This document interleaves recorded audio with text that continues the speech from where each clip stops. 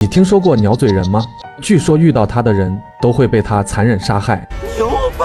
大家好，我是绝地野人。下面这段视频是一位国外博主偶遇鸟嘴人的亲身经历。画面中，他悠闲地坐在泳池旁刷着野人的视频。就在下一秒，他好像听到水里有什么动静，然后便拿着手电筒去查看。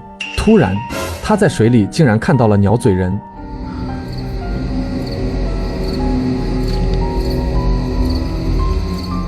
无知的博主竟然还想把他给捞上来，可是试了很多遍，明明就在眼前的鸟嘴人，却怎么也触碰不到。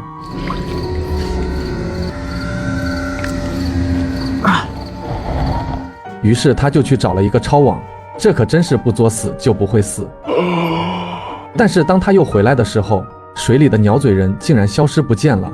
正当他感到非常诧异的时候，鸟嘴人又突然出现，一把将他推进了水里。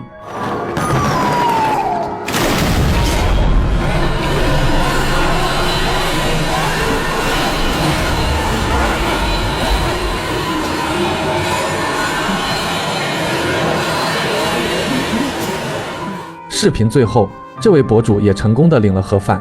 那么这件事到底是怎么回事呢？经过我的查证，此视频只是这位博主自导自演的伪纪录片而已，大家千万不要当真。咱们下期再见。